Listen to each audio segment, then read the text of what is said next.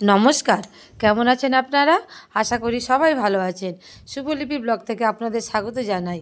এটা কি মাছ চিনতে পারছেন তো? হ্যাঁ, এটা হচ্ছে এই পার্শে মাছ।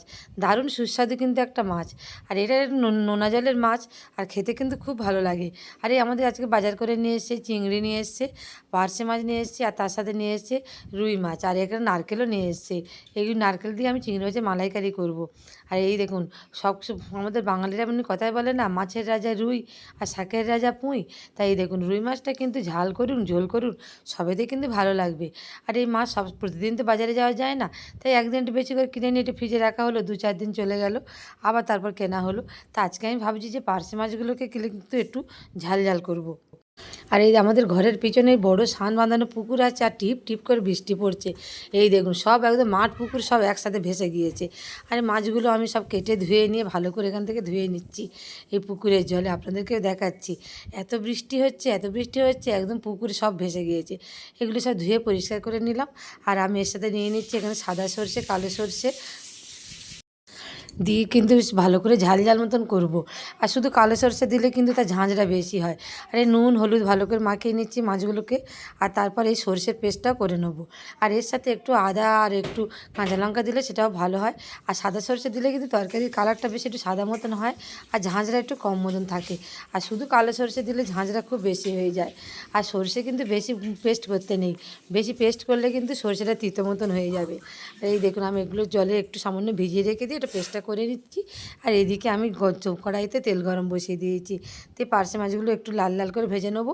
আর এই মাছটা কিন্তু খুব নরম, বেশি নাড়াচাড়া করলে কিন্তু মাছটা ভেঙে যাবে। তাই সাবধানে একটা দিক বেশ ভালো করে কড়া মতন হয়ে যাবে, তারপর একটা উল্টে আর একটা দিক কিন্তু ভাজতে হবে। আর মাছটা ভাজতে ভাজতে আমার এদিকে পেস্টটা হয়ে গেল। আর এর মধ্যে দেখেছেন তো কতটা এই সরষের খোসা রয়েছে, তাই জল দিয়ে একটু আস্তে আস্তে নাড়াচাড়া করতে করতে কিন্তু এই সরষের খোসাটা তলায় একদম পড়ে থাকবে। আর এদিকে আমার মাছটা একদিকে বেশ লাল লাল হয়ে গিয়েছে, এই উল্টে দিচ্ছি যাতে ভেঙে না যায়। আর খুব নরম মাছ এটা। আর আমরা মাছে ভাতে বাঙালি, আমার তো মাছ ভাজা দিয়ে গরম গরম ভাত খেতে খুব ভালো লাগে। আর অনেকে এটা কিন্তু পছন্দ করে। আর এই দেখুন, মাছ আমার ভাজা হয়ে যাচ্ছে। তারপর আরও একবার আমি মাছগুলো ভাজতে দেবো, একবারে কিন্তু সব মাছগুলো আমার এই ভাজা হলো না। আর এই নদীতে কিন্তু এই মাছগুলো এই বর্ষার সময় খুব বেশি পরিমাণে পাওয়া যায়। আর রং বেরঙের নদীর মাছগুলো কিন্তু খেতে খুব ভালো লাগে। যত আমাদের পুকুরের মাছ দেওয়া হয়, এতে কিন্তু বিভিন্ন রকম সার ইউরিয়া দিয়ে 1.5 মাসের মধ্যে মাছ তৈরি করে নেয়। কিন্তু এই নদীর মাছগুলোতে কিন্তু খুব ভালো। আর এই ছোটো ছোটো মাছগুলোতে ক্যালসিয়াম আছে, প্রোটিন আছে। আর বিশেষ করে আমাদের মেয়েদের তো খাওয়া খুবই দরকার। মাছ ভাজা হয়ে গিয়েছে, তারপর আমি একটু কাঁচা লঙ্কা আর টমেটো তেলের উপর দিয়ে দিলাম, যাতে করে টমেটোটা খুব তাড়াতাড়ি একটু নরম হয়ে যায়। তাই অল্প একটু নুনও কিন্তু আমি এখানে দিয়ে দিচ্ছি। আর এই পাশেই আমার রান্নাঘরের বাগান, আপনাদের দেখাই। রান্না করতে করতে এইগুলো সব কিন্তু ফলের গাছ। তারপর একটু হলুদ গুঁড়ো দিয়ে একটু সামান্য জল দিয়ে দিলাম, যাতে করে একটু টমেটোটা তাড়াতাড়ি একটু নরম হয়ে বেশ গলে যায়।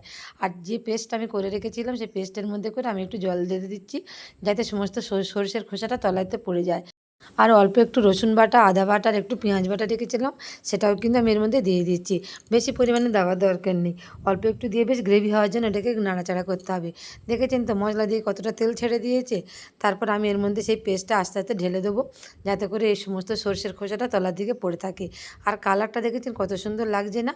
আর এই সব মাছগুলোতে কিন্তু বেশি জল দেওয়ার দরকার নেই, বেশ একটু গা মাখা মতন হবে, সেই রকম কিন্তু বেশ ভালো লাগবে। আর তবুও আমরা যারা একটু ভাত দিয়ে খাবো, তাই একটু গ্রেভি থাকলেই মনে হয় ভালো হয়। তারপরে নাড়াচাড়া করলাম, একটু ফুটে উঠলো, তারপর এক এক করে কিন্তু মাছগুলোর মধ্যে দিয়ে দিতে হবে। আর সর্ষে বাটাটা কিন্তু এইটা তো আমাদের মালাইকারি করতে বা ইলিশ মাছ সর্ষে দিয়ে বা পার্শে মাছ সর্ষে দিয়ে খেতে কিন্তু দারুণ লাগে। আর তারপর আমি এর মধ্যে একটু দিয়ে দিচ্ছি সামান্য জিরে ধনের গুঁড়ো। ব্যাস, এবার শুধু একটুখানি গ্রেভিটা ফুটে উঠুক, ফুটে উঠলে মাছ কটা আমি একটা একটা করে ওপর থেকে দিয়ে দিচ্ছি। আর বেশি নাড়াচাড়া করব না, তাহলে কিন্তু মাছগুলো এর মধ্যে ভেঙে যাবে। আর বেশি সময়ও লাগবে না, এবার একটু ফুটে উঠলেই তরকারিটা নামিয়ে নিতে হবে। আর পাশাপাশি আমাদের যে রুই মাছটা নিয়ে এসেছিলো, সেই রুই মাছের ডিম দিয়ে আমি আজকে ঢ্যাঁড়স চচ্চড়ি করছি। আর এই মাছের ডিম দিয়ে কিন্তু ঢ্যাঁড়স চচ্চড়ি বা কুমড়ো চচ্চড়ি খেতে কিন্তু দারুণ লাগে। তরকারিটা নামিয়ে নিয়েছি, এবার সাজিয়ে দেওয়ার জন্য ওপর থেকে কয়েকটা চেরা কাঁচা লঙ্কা আমি দিয়ে দিলাম। ব্যাস, আজকে আর বেশি কিছু করব না। আর একটু সর্ষের তেল কিন্তু এই সর্ষের তরকারিতে দিতে হবে, তাহলে ঝাঁঝটা একটু ভালো লাগবে আর খেতে কিন্তু খুব সুন্দর লাগবে।